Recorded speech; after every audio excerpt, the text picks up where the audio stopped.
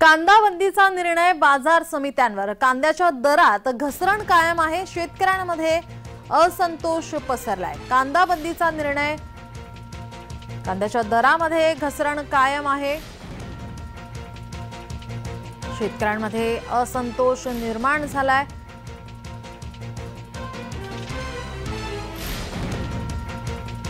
कांदा बंदीच्या निर्णयाविरोधात आता ठिकठिकाणी आंदोलन करण्यात येतंय। आपले प्रतिनिधी किरण कोटूर आपल्या सोबत जोडलेलेच आहेत। किरण, या कांदा निर्यात बंदीचा परिणाम बाजार समित्यांवरती होताना पाहायला मिळतोय। खरं तर गेल्या 3 दिवसांपासून कांद्याचे दर हे मोठ्या प्रमाणात नाशिकमध्ये घसरत आहेत। कारण कांदा निर्यात बंदी केंद्राने लागू केल्यानंतर कांद्याच्या दरात घसरण होताना आपल्याला बघायला मिळते।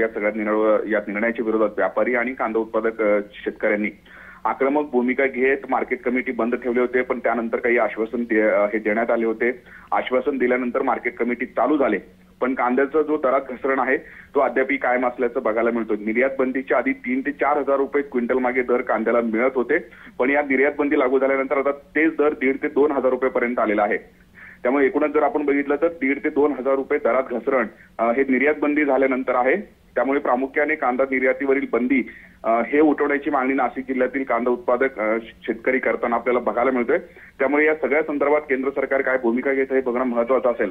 आता शुक्रवारी दिल्लीमध्ये या संदर्भात एक बैठक असल्याची सुद्धा माहिती मिळत आहे। कांदा निर्यात बंदी संदर्भात नेमकं या बैठकीत काय निर्णय होतो हे बघणं महत्त्वाचं असणार आहे। पण या सगळ्या निर्णयानंतर कांद्याचे दर मात्र हे मोठ्या प्रमाणात नाशिक जिल्ह्यामध्ये घसरताना बघायला मिळत आहे। किरण, धन्यवाद तुम्ही दिलेल्या या सविस्तर माहितीसाठी।